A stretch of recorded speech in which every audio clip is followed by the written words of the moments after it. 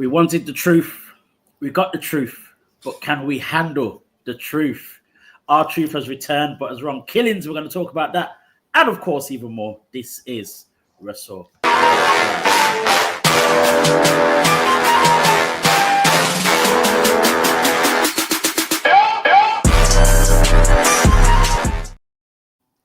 Yo, this is WrstlXtra. I'm your boy, A Dazzle, joined this week by my trios team. Mex, the WrestleManiac, if you will. Yeet. And of course, no yeet. Wow. No championship. Wow. And of course, say his name, he shall appear, the professor that is Gerard Bonner.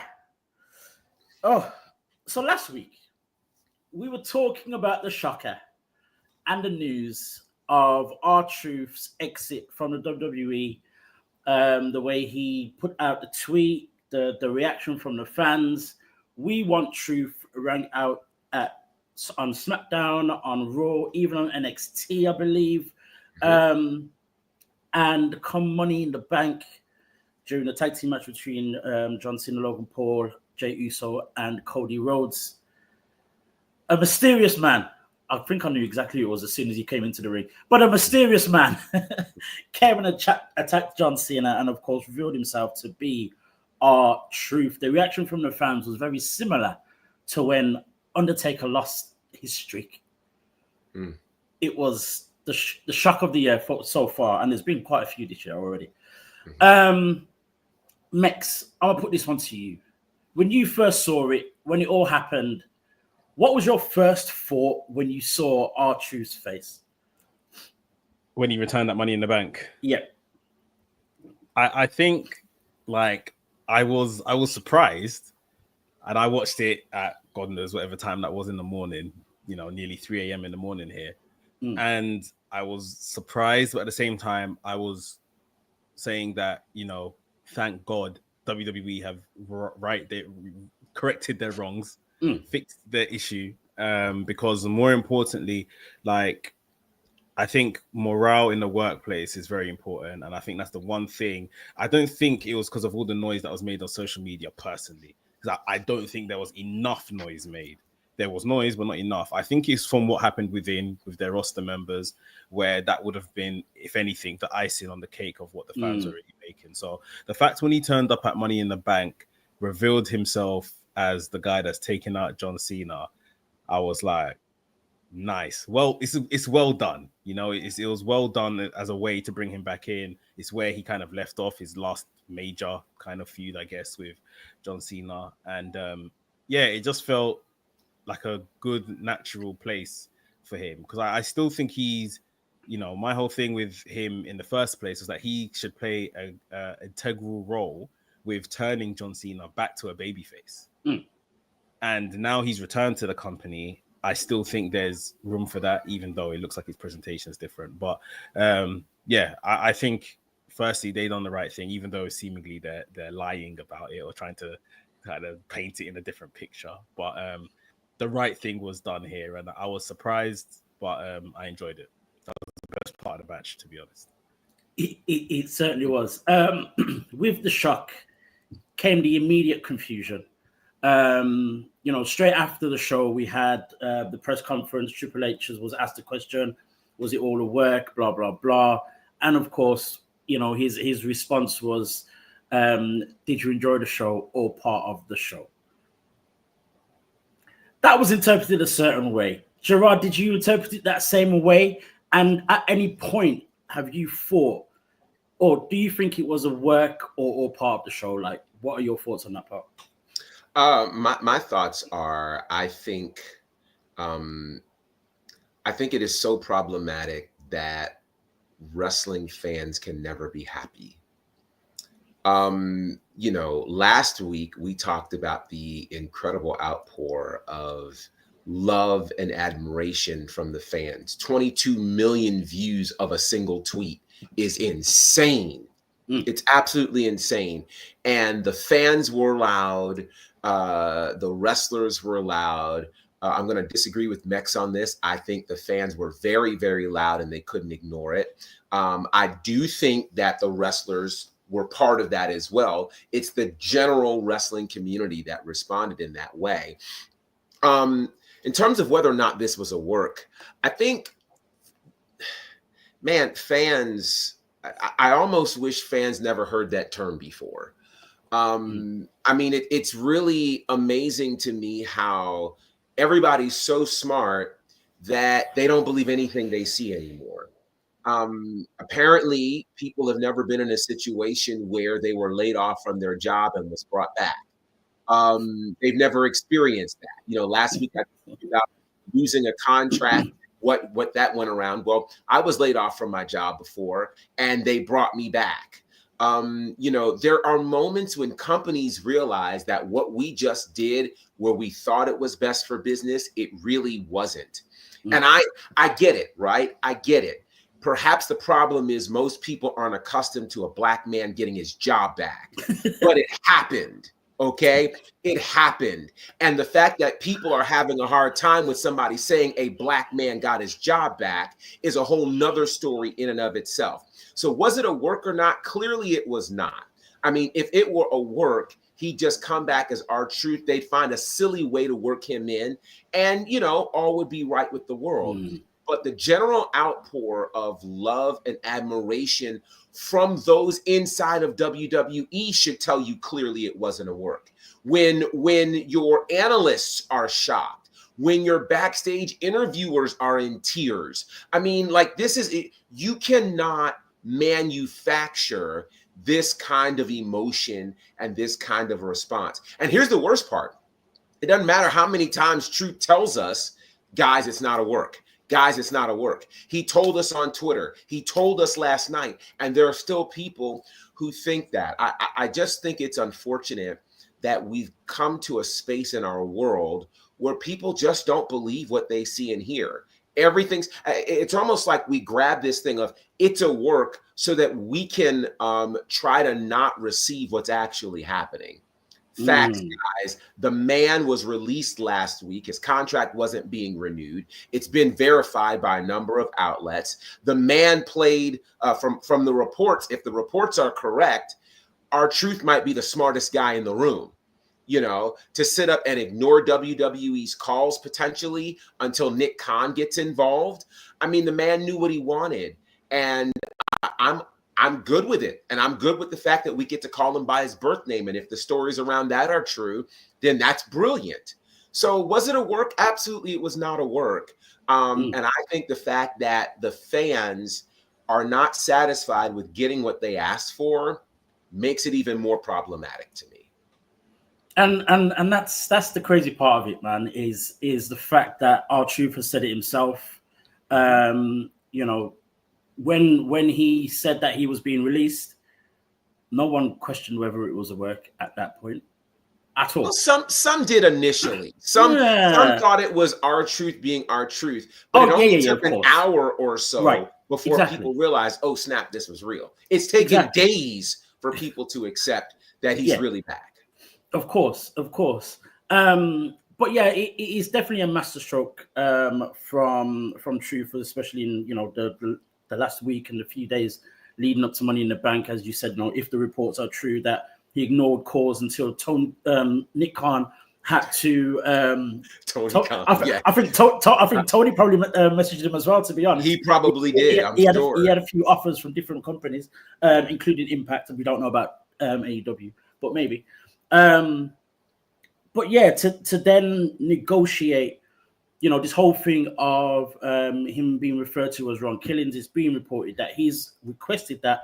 So during this last run, when it's all over, when he goes away from the WWE, that name is, familiar to many people. Some may have known it before. Of course, he used that in his TNA days. Some people know that that's his real name as well. But for him to now be back on TV, that be his name, that be on all his merch. He's going to be selling merch like crazy, as he has done in the past as well.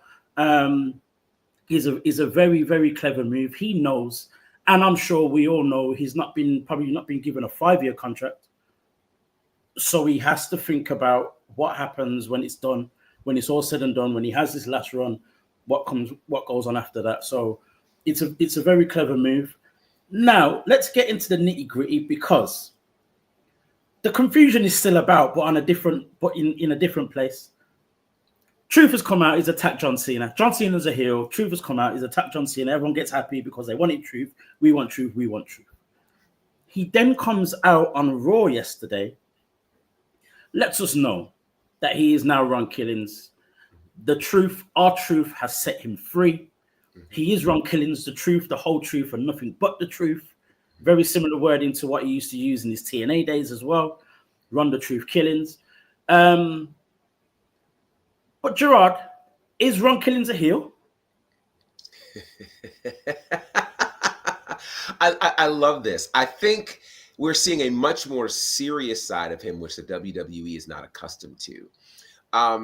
I think it's still to be determined whether or not he's a heel. I don't think he is, though I think there's a story that could be made for him to be a heel. The problem, though, is here's why he can't be a heel.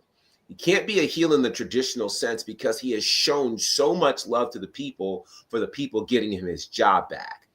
Now, what's interesting here is this really gets the chance to be the serious baby face, which can be interpreted as a heel. And, I'm sitting here thinking there are a number of ways we can go with this. Obviously, there's a play on going after John Cena, for sure. But there's another interesting play here that I think could be made. And it is the play that, again, most of us who've ever been released from a job or et cetera feel when you've been released and then you get to come back. You don't feel the same way about the space that you once left. You're grateful for income. You're grateful for your job, but you're thinking in the back of your mind, or maybe in the front of your mind, these are the same people who released me. Can I trust them? Do I believe in them? What am I going to do to secure my space? So I think we get a chance to see Ron Killings say things that perhaps some fans have thought, maybe some things even that people in the company have thought, but they couldn't say.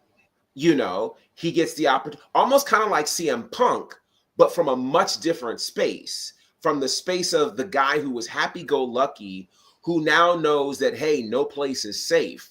So let me say what I feel. Let me do what I feel. Let me do what makes me feel alive.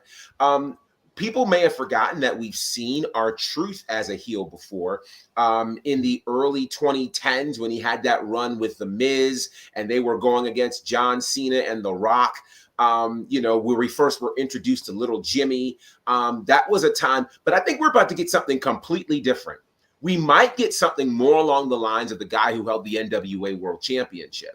And so to me, outside of the 24/7 championship, having not seen him hold a singles title in WWE, I think he wants to be taken as seriously as a wrestler, seriously as a competitor. And in this last run, I think he deserves that. So is he a heel? No. But I do think he is a no-nonsense babyface, which might feel like a heel in comparison to the super happy-go-lucky R-Truth. And I'm curious if people are actually ready to handle that version of the truth than the happy-go-lucky one, because I could spend another 10 minutes talking about why people loved R-Truth so much and why they might have a problem with Ron Killings. And this is why I asked the question at the start: can we handle the truth? Because this is going to be the exact opposite,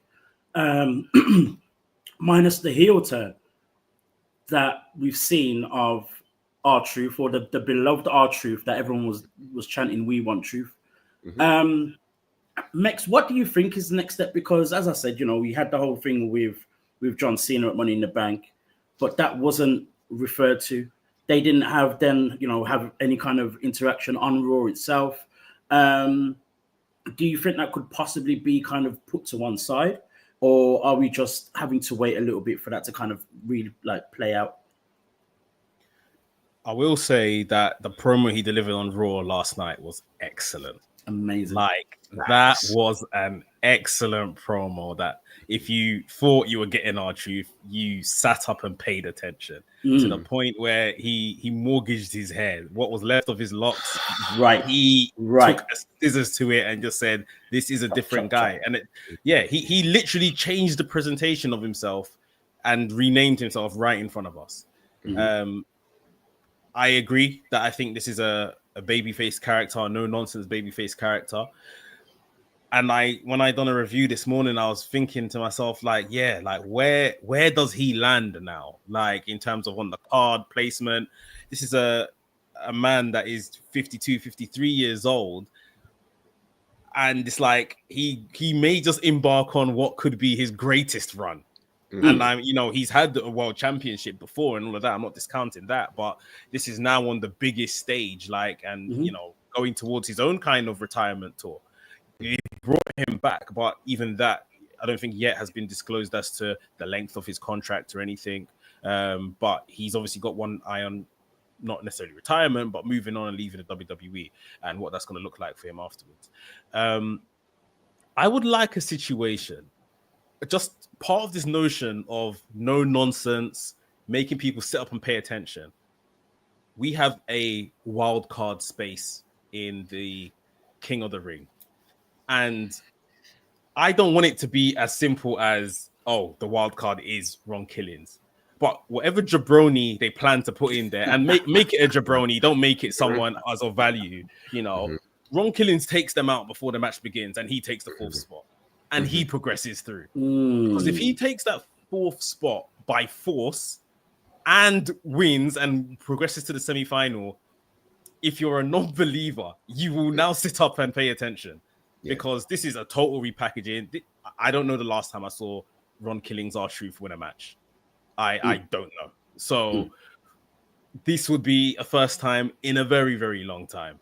And in this new persona, in this new presentation, I just think, it may be him getting to a final, let's say, and losing, but the immediate, where you've got the fans' attention now, like, I feel we need to continue cashing in on that week on week till it maybe builds to a point where he can't get X done and can't finish the job or whatever the case is, and then can maybe trickle off into a story.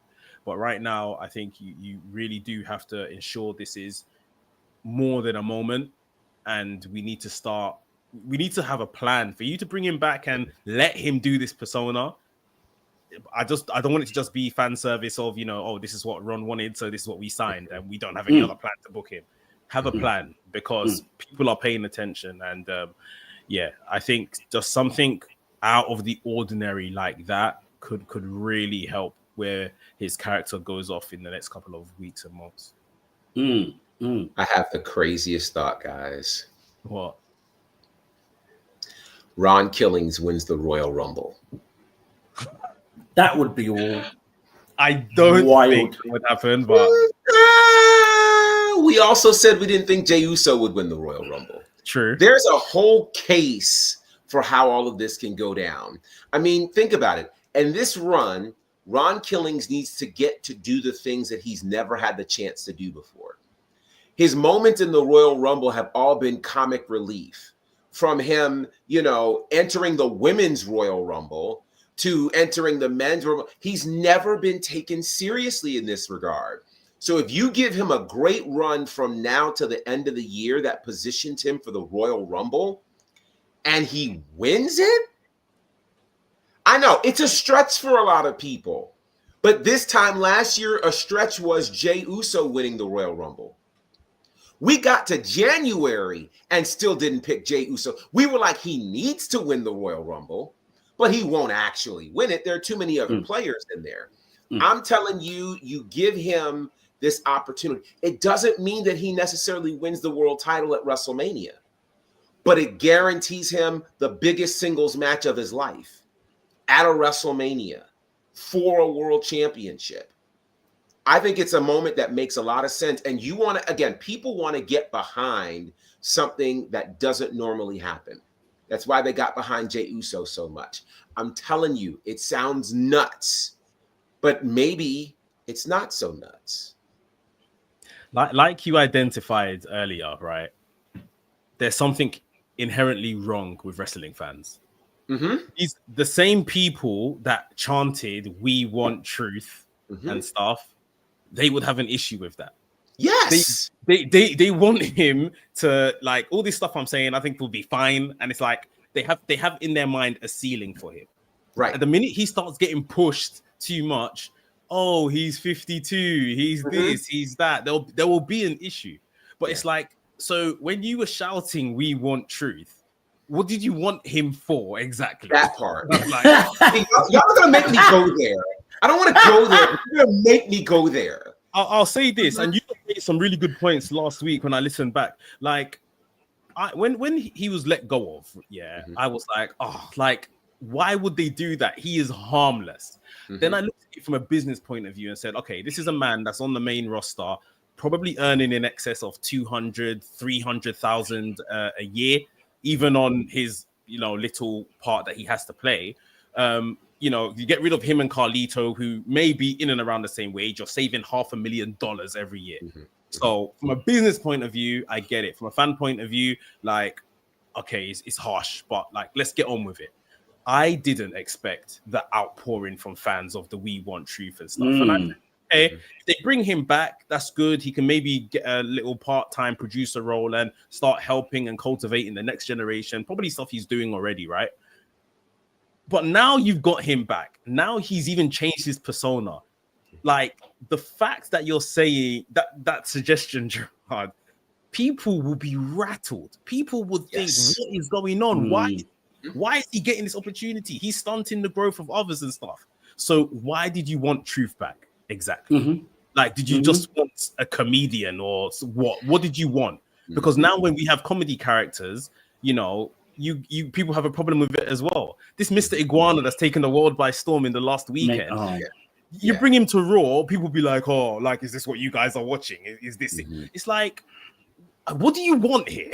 Like, what do you actually want? And I don't think fans know what they want. So as much as I think that would be definitely an idea, and you shocked me with that one, and I don't even know where I sit in regards to that one.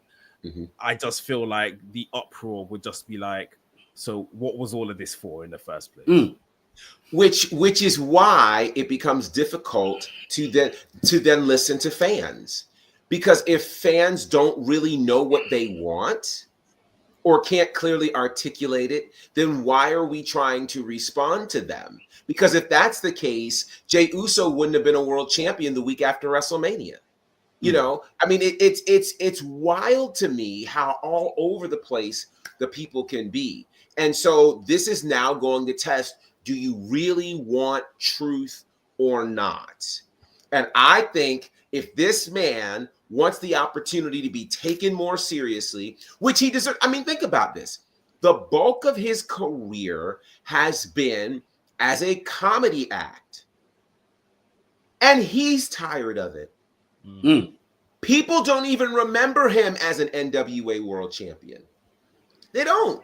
They have no clue. They don't even know what that version of Ron Killings looks like. So he deserves the chance, knowing that, okay, his age is what it is. Now, he's able to do this as long as he wants because his body is very much holding up. But the reality of it is, we remember the injury he had about a year or two ago that kept him out for a while. He understands that these kinds of things can happen.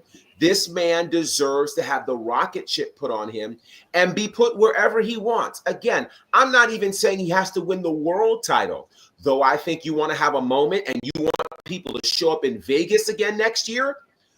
Let Ron Killings be in the main event. It cannot be a rehashing of what we've already had. It can't be that. There were people that were saying that this year's card wasn't as strong as WrestleMania 40, et cetera, et cetera, et cetera. Listen, if you really want to make this special, show us why Ron Killings was the NWA World Champion. So you mean, wait. You mean the NWA and TNA believed more in Ron Killings than the WWE? Say it ain't so. Say it ain't so.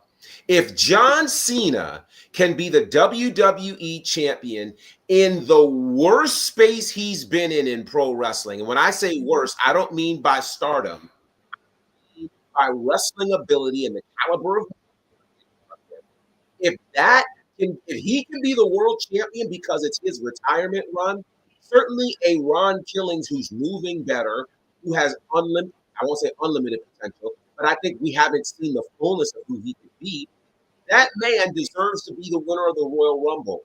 Or if you don't have him win the Royal Rumble, let him win the Elimination Chamber. Either way, put that man in a world title match at WrestleMania.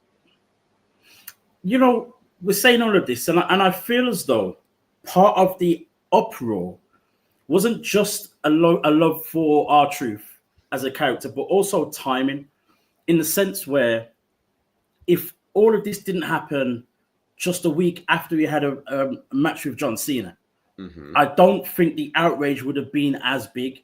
We probably would have had people being upset, people thinking, why him? But I think it wouldn't have got to the point of the "we want truth" chants. So I think timing plays a massive part in this as well. And this isn't to kind of, you know, this is no disrespect to Truth in the slightest. I think this is more you know, looking at how fans react to things. And it's like, you know, it's like we've said, you're chanting "we want truth," but what do you want? What is it that you want? What? It's not just him. It can't be as simple as you let someone go, we want them back, because they let go of like about 8 or 10 people the other week. We've not heard this kind of outpour. We've not heard no, we want Dakota. Right. Or we want Braun. Right. You know what I mean? We like want Carlito. Give us our apple back. We want Shayna. Exactly. Right. So what is it that you actually want? And I feel as though there is actually an answer to this, because in the lead up, when we found out that Cena was that Truth was having a match with Cena, many people, I believe Mitch, you said the same thing, and I'm sure I agreed with the possibility of Truth beating Cena, holding the championship, even if it only lasted for a couple of days, a week, 2 weeks tops. Cool, no problem. But him holding that championship and then it turning into, as you said, Mick, you know, this whole thing of you know, kind of maybe mind games or realization for Cena and whatnot, and probably playing out in that way. But I think that is what fans want. But unfortunately, I don't think it can last up until the Royal Rumble to get a main event at WrestleMania. I think that's something that has to happen very, very soon. And I mean him winning the World Championship and actually beating John Cena. I don't know if it's going to happen. I don't think it will, but I think that is what people want. If it then, again, lasts only 2 days, a week, 2 weeks, no problem. But I think that alone is the answer to what, you know, when people are asking, you know, saying we want truth. And I think it's a lot to do with the timing of how it all happened. Again, if it was a thing where we didn't see him on TV for a couple of months or whatever, and then they released the news that he was gone, yeah, people would be upset and still asking questions because he can still go and he, you know, added comic relief and whatnot. But it would be like, oh, well, we ain't seen him in ages, so yeah, I kind of get it. Whereas the other day it was, oh, wait, he's facing John Cena for the title. They've got history, the whole little Jimmy. Then we had the Ron Cena t-shirts and blah, blah, blah. Like, so there is something, but again, based on how fans are, something has to happen very, very quickly. Something significant has to happen very, very quickly. With the timing thing that you mentioned, I agree to an extent. It's this like out of sight, out of mind. They brought him back to the forefront in the John Cena stuff. And then, yeah, you got rid of him like a week later. So, of course, people were just like, hold on, what's going on, sort of thing. This guy was just wrestling the world champion. Unfortunately, there's something John Cena said some years ago when he was going into a WrestleMania program with Austin Theory, saying that, you know, if you beat me, so what? What does it matter? I'll go away. What's going to happen with you? And if I beat you, it's like you look bad because, you know, you lost to a part-timer sort of thing. So, and I feel John Cena had some words on Truth last night at the beginning of the show saying basically, you know, fans are fickle. He's the flavor of the month. You guys are going to forget about him and all of this kind of stuff. And I feel like, especially if, like I said, if they don't book this early out the doors very well, we are looking at that exact situation. So, yeah, I agree with you He dazzled to an extent that I don't know if I trust trust WWE to book this to a point where come January or February next year, whenever the Rumble in Saudi Arabia is, if he is going to be the man that's still at the forefront or still in and around the picture of someone that could win it, unless it by then it'll be like more of a surprise thing. Like Jey Uso was a surprise, but Jey Uso, he wouldn't have been in like, say, the top 4 names, but you probably would have counted him inside like a top 8 of people that could win it. Like for them to keep Ron Killings in the top 8 names of people that could win the Rumble in another 6-7 months time, kudos to WWE if they can do that. I don't know if they can. I remember a time or a moment that shocked the whole WWE, the whole wrestling world. It involved 3 black men, and one of them being kicked out of a very successful group. The New Day were then the top heels in the company, booed everywhere they were going, louder boos than what Dominic Mysterio was getting.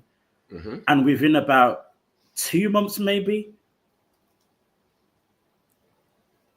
no one cared because nothing was done. They didn't capitalize on it enough. So nothing was done. Finish that run, because the rest of that story goes at WrestleMania, they became the tag team champions again, and they're currently the tag team champions. So I don't know that it's always necessary that, the New Day was at the top of the card from the moment when that happened in September of October to April. But the point was they're still heels. They're still playing very much that role, all stemming from what happened with Big E, and now they've got the tag team championships to go with it. So it's not an impossibility that this momentum that Ron Killings has right now eventually leads its way to WrestleMania. I think you just proved that point. So are you saying then that there could still be a plan, but it just won't work out the way that we want it to, and not at the height that we want it to? Because as I said, with the New Day, we got to a point where we didn't care. We weren't, we were kind of waiting for them to capitalize on it or make it a bigger story or keep the heat as high as it was and all the rest of it. It died down, but there was still clearly a plan for them to win something, and they won it at WrestleMania. So like you said, they've continued to be the same heels. They're exactly the same characters. They're still even mentioning, the whole thing of people being upset with them because of what they did to Big E. That's still being mentioned almost every time they come on TV. So yeah, it might be a thing of fan perception more than it being about what the WWE want for that story or for that specific person. Yeah, I think this has amazing potential, and there's another name who we'll likely get to very shortly who falls in a similar space where they had their dramatic move happen several months ago. And, we sat back and asked, okay, how much sense does this make? Is this going to work? Is this not? And now they're in a history making space. So I think this now just becomes a point of, okay, give the story time to ride out, give the people time to execute this kind of thing. Because I think what we're talking about today ultimately is that there is whether we were there for the long-term plan or it came back together toward the end, it's still coming together, which is the bottom line. And so when we get ready to talk about what that looks like, it could look like a WrestleMania main event. It could like winning the Royal Rumble, or it could look like becoming Money in the Bank winner. Either way, there's a story that's happening, and they're going to close the loop on some of these particular things that we've seen in terms of changes. And I'm sure, given, the whole lead up to his return and this whole talk of him kind of, having his say in terms of his contract and his name and whatnot, I'm sure there must have been some kind of plan that he's agreed to, or some conditions towards what he does, maybe achieves, or what he wins possibly, in the coming year or whatever, or however long it's going to take. So I'm sure there must be something in that. And I'm sure he's not just, said yes to kind of just leaving it to anything. You know, so there's got to be something in there. You've mentioned, of course, you know, this kind of being very similar to another person that we are going to talk about. Let's talk about it right now. Of course, the other thing that happened at Money in the Bank was that Naomi is now Miss Money in the Bank. She proceeded with caution against 5 other women in a ladder match and ended up with the briefcase. Mex, what does this mean for Naomi? She's already mentioned, you know, she's coming for Tiffany Stratton. She's not minced her words on that one. But what do you think this means, you know, in the near future? What does it look like what does the WWE look like with Naomi holding the briefcase? She's the heir to the throne.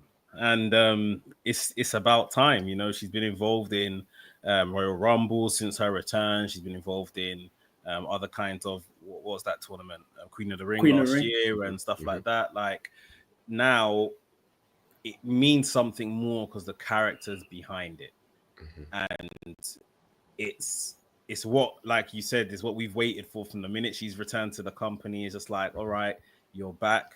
Brilliant to see you. Great to have you. What are you here to do? Like, what are we going to get in terms of an elevation of who we knew before you walked out the door? And we've arrived at that place. And it's just been great to see over the last couple of months since this whole Jade story happened. Naomi has undoubtedly been the star of that entire situation between her, Bianca, and Jade. Got a whole new lease of life. And I love the fact that it is Tiffany Stratton that she has immediately set her eye on and said, it's you. I'm coming for you, no one else. Because Tiffany Stratton, when she first came to the main roster, Naomi was one of her immediate targets. I think Tiffany Stratton had 2 wins over Naomi after coming up from NXT. So the fact that there's a bit of continuation there, I think is brilliant.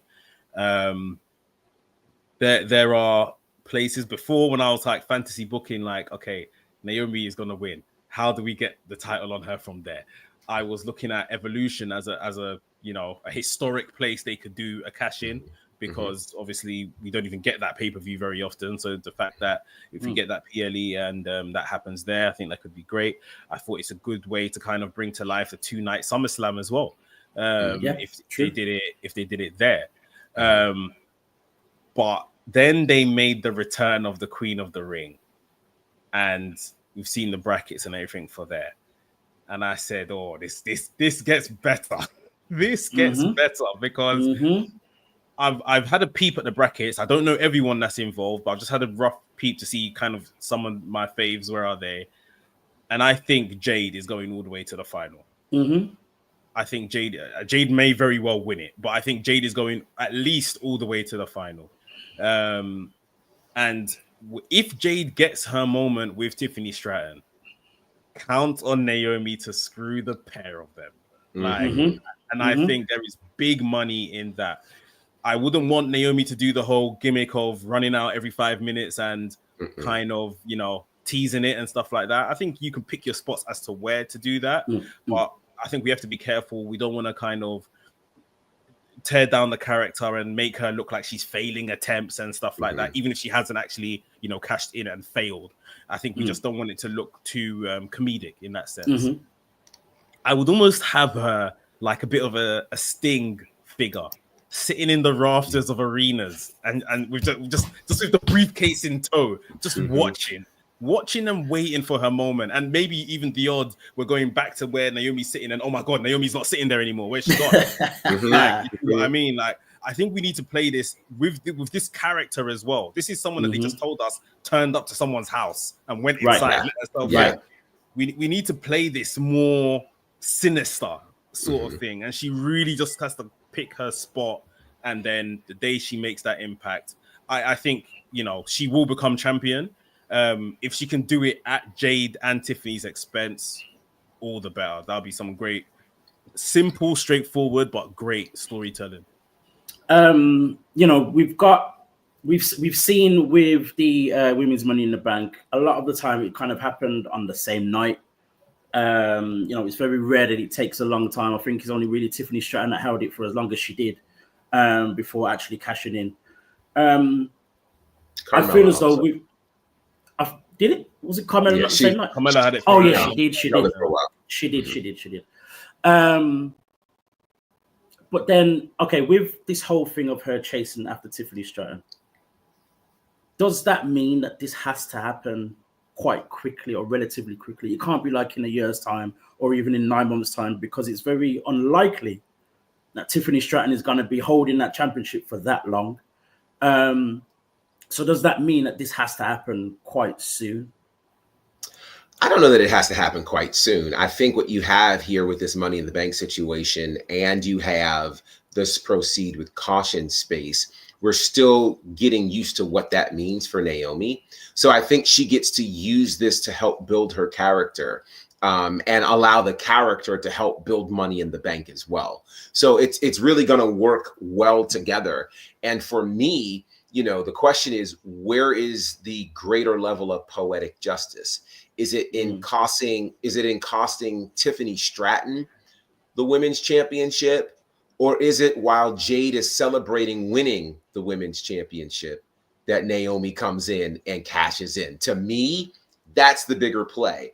The Tiffany stuff, it is what it is. Let Jade handle that, right? But let Naomi get the ultimate one-up on Jade, which is taking the thing that Jade says she's wanting the most, which is the women's championship. Don't even let Jade get to leave the arena. She doesn't get to leave the ring with it. She gets to walk around after a difficult match, hold that championship up, and then we hear the music and Naomi comes out, or better yet, not even that. Don't let Naomi come down the aisle. Let her come through the crowd. Like something where there's no warning at all. And, she cashes in, and before we know it, Naomi leaves as the champion. And in terms of where, evolution, I like that idea. I also like something really big for her. I feel stadium. So this could be a SummerSlam situation, particularly if Jade wins the Queen of the Ring. That seems to be the perfect space for that to happen.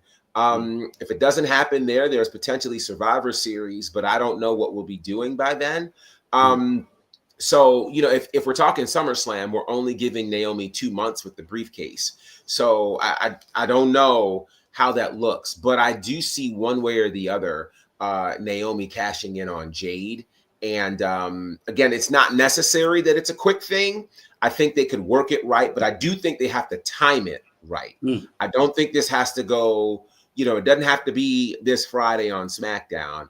It doesn't always have to be a year either, but it needs to be long enough for us to almost forget it, so that when it happens, we can be surprised. I was just going to add there to Gerard's booking. If you guys remember when, I can't remember who Roman was facing. Roman won the world title. The confetti fell down and Sheamus came in, smashed him with a bro kick, cashed in, and Roman was left laying without the title that he had just won in a pile of confetti. A brilliant visual. And that is exactly how Jade should be left.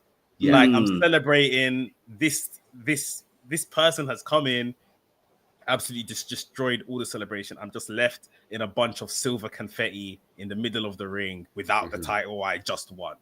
I think they need to do something like that. And I don't know where, again, we'll wait and see where they kind of do this, but I think it's like, there's, of course, people have discussed the whole thing where we could get like a big 3 triple threat match out of this sort of thing. And I think depending on how this is going, that could be a WrestleMania match where I think by then, if Naomi's obviously won the title by then and we're coming round to a Bianca Jade and Naomi situation at Mania, it would be nice for Jade Cargill to win the title at WrestleMania to kind of pay off this whole story or whatever.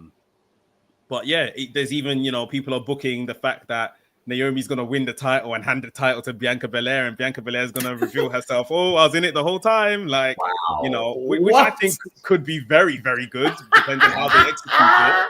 Wow. I think it could be good, but yeah, like all the fantasy bookings. But I think what everyone is pretty much, in agreement of is that Naomi was going to win Money in the Bank. That's happened. Naomi's going to become women's champion. That's next on the list. So we're moving in the right direction. No, for sure, man. I think, I don't think it actually matters in terms of how long Naomi holds the briefcase for. I think, yes, we can do this whole thing of, us kind of almost forgetting about it, and then she comes out of nowhere.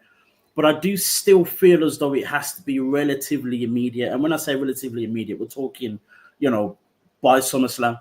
I think that would probably be the latest in terms of, her already saying, she's coming for Tiffany, and we've still got this whole thing with Jade and whatnot. I think the perfect scenario would be for Jade to win Queen of the Ring, challenge Tiffany at SummerSlam, and then she wins, and then boom, Naomi comes out, takes her out. And I believe as well that, it would need to lead to a Big Three championship match.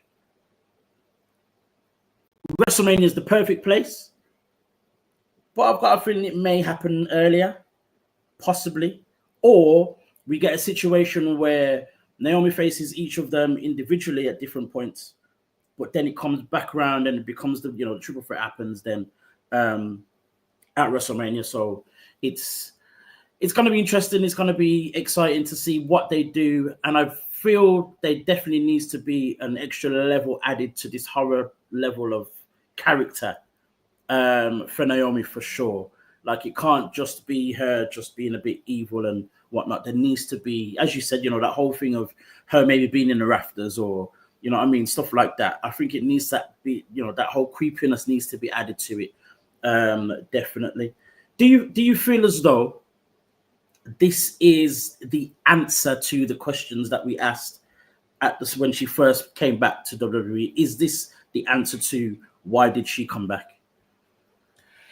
I would have thought so, in terms of, we're gonna get you to a point where you can be women's champion again, and the fans will want it, and fans will believe in you because of everything. I do think that would have been part of the conversations of her coming back, but I don't think anyone would have expected it in the presentation we're getting. I was extremely down when she came back and she was still doing the glow stuff. I was extremely down when she went to TNA and was doing the glow stuff, because I'm thinking you've got an opportunity to start again here effectively, So for you to come back doing that, it's just like, come on. Like, I thought, okay, do it for the first night, get the pop, people recognize it. After that, change. But it took us a good while to get to this point of change. And sometimes patience is a virtue, and you get good stuff at the end of it. I don't know if I credit WWE with that or who I credit with that, but it's one of those things where we're now at a point where it's like, we have credible characters in the women's division. We got stories in the women's division. I mean, if not for anything, her and Jade had a WrestleMania match completely away from a title, which I think, again, it doesn't get spoken enough, especially for women, that they can just have feuds, and the feuds don't have to be around the championship. They don't have to be around, some kind of boyfriend relationship nonsense. Like, they can just have regular feuds like guys have. So yeah, I think this is a presentation that none of us saw coming, but highly effective. We believe in it, and I just like the way, like, they're keeping the Big Three stuff on ice. Like, Jade is asked about Bianca, Jade doesn't get to answer, sort of thing. Naomi and Bianca haven't come to blows yet. Naomi still wants her friend back. She's still trying to do right by Bianca and stuff. Like, this hasn't culminated yet between the three of them. So, we're telling a good story here along the way as well. Gerard, I asked Mex a question. Do you feel as though this answers the question of why did Naomi come back? Her winning the Money in the Bank kind of almost, guaranteed this World Championship. Is this now the answer to the question that we asked when she first returned? It does feel like it. I remember when she came back, we were asking what was going to happen with her. And I remember telling you guys, like, okay, it's great that she's back. But at that time, there were a lot of women in line to be able to get some major things happening. And as we saw her, get involved in an elimination chamber match or get involved in a few things, it still didn't look like what we wanted it to be.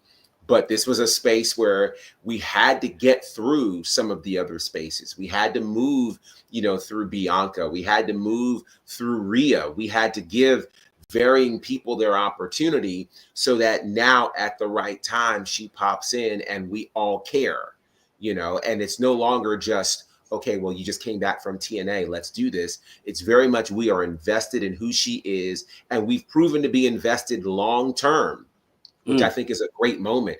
Involving her in this Bianca and Jade situation, it's funny. We got so many moments from that last year, the iconic point, their WrestleMania entrance, their WrestleMania victory, then this whole, Jade getting pushed onto a car and the mystery of that for several months to only find out it was Naomi. And it's really one of the most prominent stories in the women's division in all of WWE. And it's right now one of the longest running stories because we're not getting something specific every week. We're getting a little bit here, a little bit there. Like they're eventually going to be able to do one of these timelines on WWE's YouTube. And we're going to have all of these things that are going to go, oh, this is how we got here. And I love that this is happening. And I mean, look at the people that are winning. Jade has gotten a lot better because of all of this. Bianca has gotten better because of all of this. I don't think anybody thought that we would eventually get to Bianca and Jade courtesy of Naomi. But Naomi has made both of them that much better. And so it's beautiful to see Naomi getting this kind of shine as the only Black woman to be Miss Money in the Bank, and B, only the second Black person in all of WWE to hold that distinction. It's really awesome because so many of the firsts have gone to the Biancas and the Sashas of the world. But to see that go to Naomi adds to her legacy, and I think it's beautiful. And I think this whole thing of watching what's happened for Naomi since her return, and how we have been just on this show alone, just how we have been and talked about certain things week to week, and getting excited about the certain moments, but then maybe a week or 2 weeks later, kind of getting impatient, thinking, all right, so when are we actually going to do something with her? Her losing a title opportunities twice in a row. Okay, right. What are we doing with her? Now that we're here, we look back and we're like, okay, it kind of makes a little bit more sense now. And, this is something that you've been saying for a while, Gerard, about other things. Things take time. They do. we have to remember that things take time. It's not in our timing. I kind of sound like I'm in church. It's in God's time. You do. But, you do. I do. For sure. Continue your sermon, Deacon.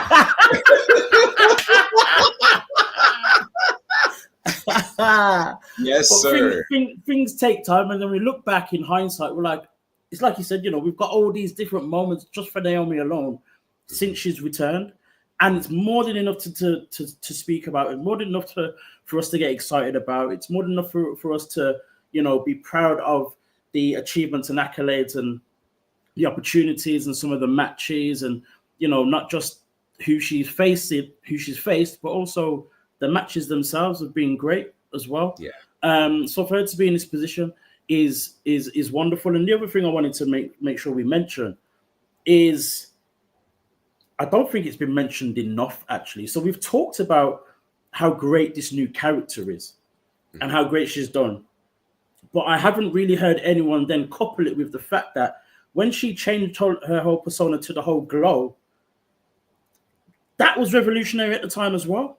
Because we started talking about, or getting upset that that WWE weren't selling the women's title with the lights and whatnot. Like, that was massive.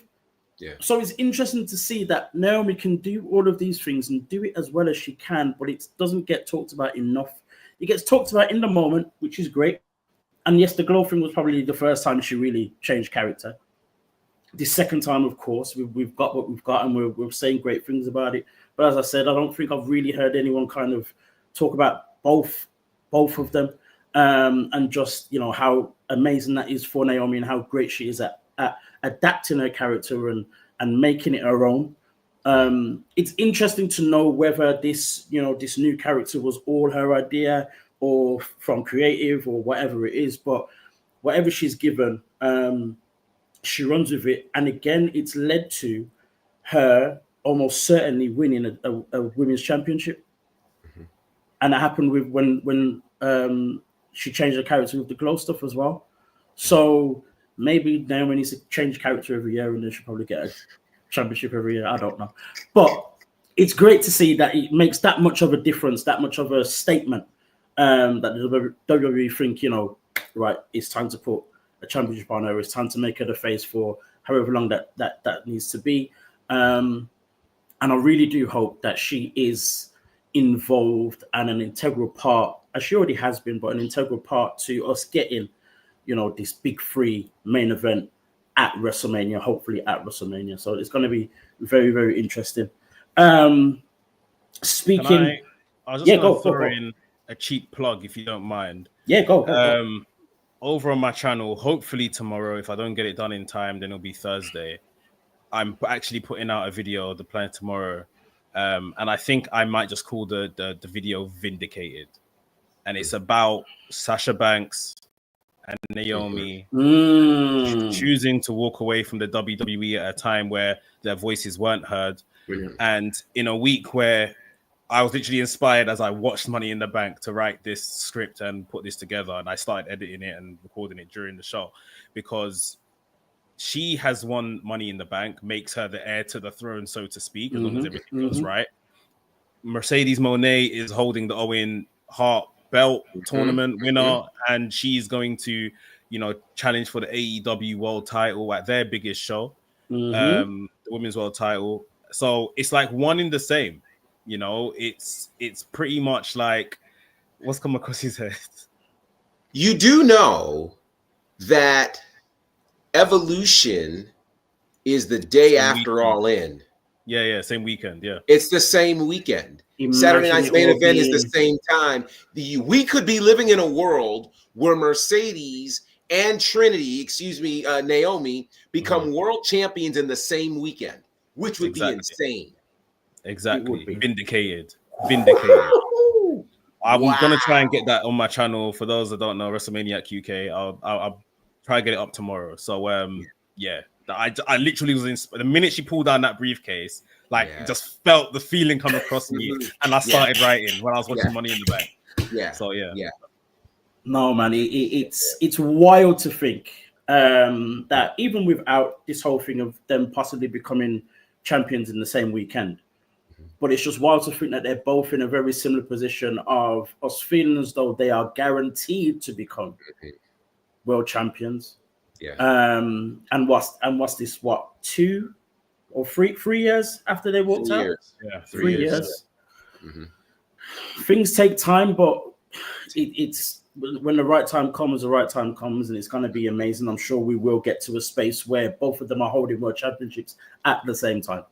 I believe, and I strongly believe that's going to happen. It's not something I even thought of until you mentioned it, Mick. So that's going to be insane. That's going to be insane when it finally comes to fruition. You mentioned AEW. Let's move our attention to AEW just a little bit. Couple of weeks ago, our dear friend who used to be in the WWE, known to us as Ricochet, real name Trevor Mann, cut this lovely promo on AEW where we were saying, I'm seeing the Hurt Syndicate. I'm seeing, all these other factions within AEW and people being successful because they've got friends behind them and backup. Maybe I need myself a faction. Interesting concept. It made me think, as to who could these people be. Within this promo, he mentioned the word crew at least 3 or 4 times in terms of a group of friends, a faction. He mentioned the word crew. Straight away, you're thinking, it's got to be Leo Rush and Action Andretti, who are known as crew. But my thinking is a little different. I don't think it's that obvious. So I want to ask the question: who do you think? And I'm sure I asked Mex this in our chat literally like the day after. Who do you feel could fit into Ricochet's group? Gerard, I'll go to you. You know, this would be the perfect way to reintroduce the world to Keith Lee. This would be the way to do that. He has been off of television long enough. Every faction needs a heavy. Keith Lee coming in to do Ricochet's dirty work would be amazing. The promos that Keith Lee could cut. What that would do in terms of positioning this faction against anything Swerve is doing, against the Hurt Business, right? Like, you've got opportunities. And even the Death Riders, like, who's really taking out the monstrous Keith Lee? I think this would be a perfect time for that. I will even go so far as to say this, with Jericho stuff falling apart, Luke Bryan Keith in there as well, who I think, again, just would be a great space for that. Those two alone, what they can do in terms of in-ring work, what they can do in terms of mic work, I mean, they could really be a problem for anybody else that's rolling out there. I don't know if we'll need a fourth guy, if you want a woman to be involved, but I think there's some real possibility with those two, Brian Keith and Keith Lee. That would be something that's very different that most people wouldn't see coming. That could certainly do a lot of dirty work for Ricochet while achieving their own bit of gold and gaining, I think, an identity for all three of them would be kind of wild. Those are my thoughts. Max, I remember in our chat, and for most people, I'm sure it would be the same, and I said it already, where most people would think straight away Leo Rush and Action Andretti. It would make sense. They fit perfectly. Styles, where they're in their careers, being, frustrated, overlooked maybe, all this kind of stuff, looked at as the small guys and blah, blah, blah. But two names that I mentioned, or one name that I mentioned specifically, but I think it probably comes with a second person, is Shotty Lee Johnson. Now, Big Shotty was in a fatal four-way match last week. Who was on commentary? Ricochet. Ricochet, he was the only person that Ricochet said anything positive about during that whole thing. Do you think there's a possibility that Lee Johnson, together with Blake Christian, could be part of this group? I think it's possible, but I'm not sure if it turns heads. And depending on what you want the group to do, I don't know if that's the correct move for Ricochet and stuff like that. Like, Ricochet, yes, he should be in this kind of father position to help these guys, but I think right now, maybe it should stay more like a distant kind of thing. If they want to loop them in together, maybe it's more like, Blake Christian and Lee Johnson kind of pitching themselves to be part of whatever Ricochet is doing, and they can kind of have that kind of, okay, no, go and win your match and all of that kind of stuff. A bit of a like a screening test type relationship that never comes to actual par. Because I think if you're making a deal about Ricochet putting together a faction, Keith Lee is a fantastic name that didn't even cross my mind. Like I'm that I think that's a really, really strong name. Even if you just have Keith Lee, and I'm gonna keep saying it because I just think like the chemistry could be off the chart. At some point, we have to bring in Samantha Irvin to be with Ricochet. Oh, for sure.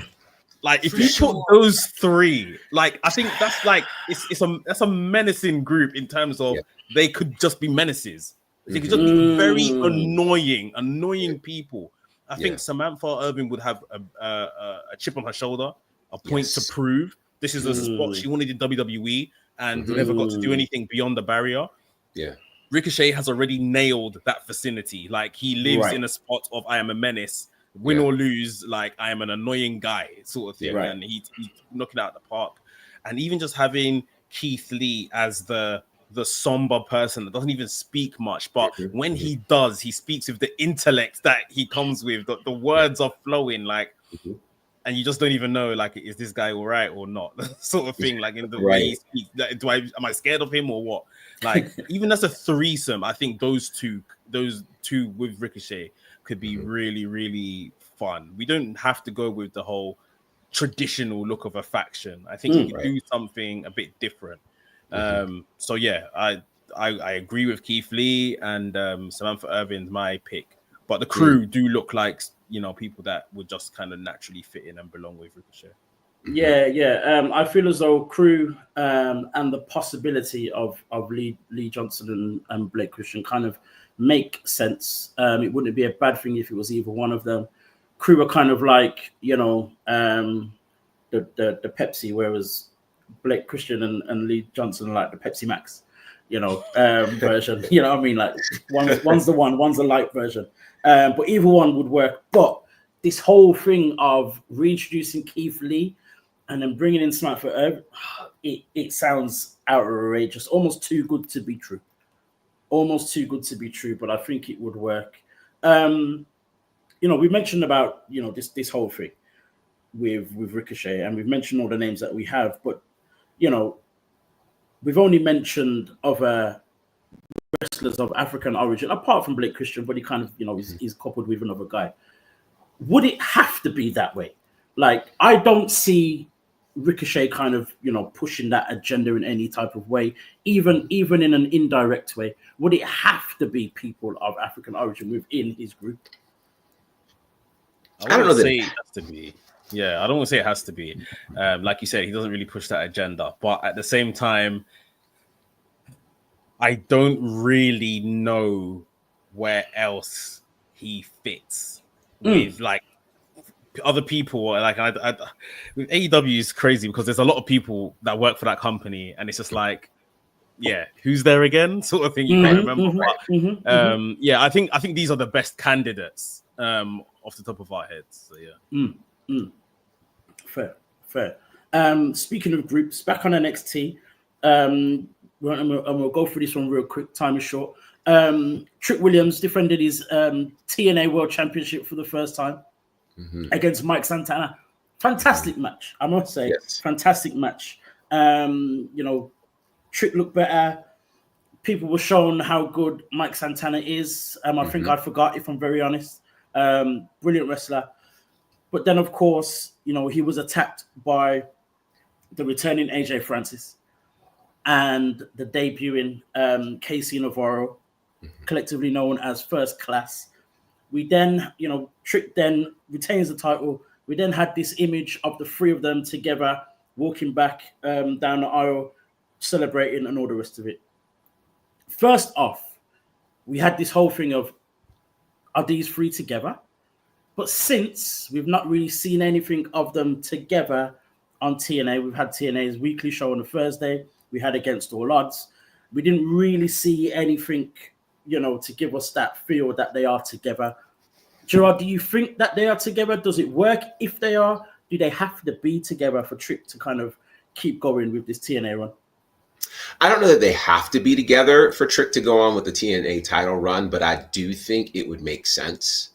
I think it would make sense from a lot of spaces. The idea that a TNA faction would help Trick Williams keep the TNA world title. Oh man, that's a story. That's a story because, you know, leading into this, it was as though all of TNA was upset that some non-contracted TNA wrestler had the world title. So for AJ Francis and for Casey Navarro to be in this space is amazing. I mean, it's wins on multiple levels. And now Trick has allies. Trick can now go into the impact zone, wherever the impact zone is going to be, and know that there's somebody who has his back as opposed to the whole company, you know, going after him, which means we get a longer TNA world title run, which means we might end up in a space with First Class becoming the TNA World Tag Team Champions. I think there's a lot of potential with this group being together, and whether they identify Trick as the leader of the group or not. I mean, you could make an argument that they're, equals because of AJ Francis and the like. The dynamic with AJ Francis and Trick Williams, both of them being rappers, both of them being involved in the music space. I think there's a lot of synergy that's there that gives us another view of Trick Williams and also allows people to finally boo Trick Williams because his theme song is still so great. You're still going to have Booker. He has to almost try to force people to boo him. And I think these are ways to do that. So, yeah, to me, do they need to be together? I think they do. Not necessarily to keep Trick Williams as champion, but to make this story have a lot more layers than just NXT versus TNA. Max, do you feel as though Trick needs someone around in order to keep this run going, or does Trick have it in within himself to keep this run going? Copy and paste what Gerard said, man. I think that the position of TNA people, TNA faction, helping an NXT guy keep the title away from TNA people, I just think it's just brilliant. Like, I was very intrigued to see how that match was going to end. I didn't believe Mike Santana would win, but I thought, will Trick pin him cleanly? But this was a very smart way to do it. AJ Francis as well, being someone familiar to the NXT audience and stuff like that, even if they haven't followed him beyond that. I thought it felt good. We have struggled to see Trick Williams as a heel because of the fanfare around the music and Booker T and all of that kind of stuff. So if this is going to help to solidify him and to do some good heel work again, then I think this is it's a good idea. And I think TNA have a lot of stock in Mike Santana. I think he could very much be the person to win it from Trick eventually. And Mike Santana going through 3 men, including the champion, to get that done, I think puts him on a really high pedestal sort of thing. I think there's been reports this weekend that WWE already got an eye on him and stuff like that. And I heard he's not taking any more House of Glory bookings after the end of this year. So he's freeing up his calendar because something may be in the pipeline very, very soon. So I think he wins it back, and however long that run looks like. But I think it's as of early 2026, he's a free agent. So wow. It's crazy because, as I said, that whole match kind of gave us an idea, if you didn't have one already, just how good Mike Santana is. And it's nice to hear that there's this possibility of him getting either put on a pedestal in TNA or possibly going to WWE. In his entrance, in his popularity, in terms of measuring it to WWE or comparing, he is the Jey Uso of TNA. But let's add to that he can wrestle. Not to take anything from Jey Uso, but this man can go. Wow. This man can go. He can go with anyone, and I think that adds to his stock as well.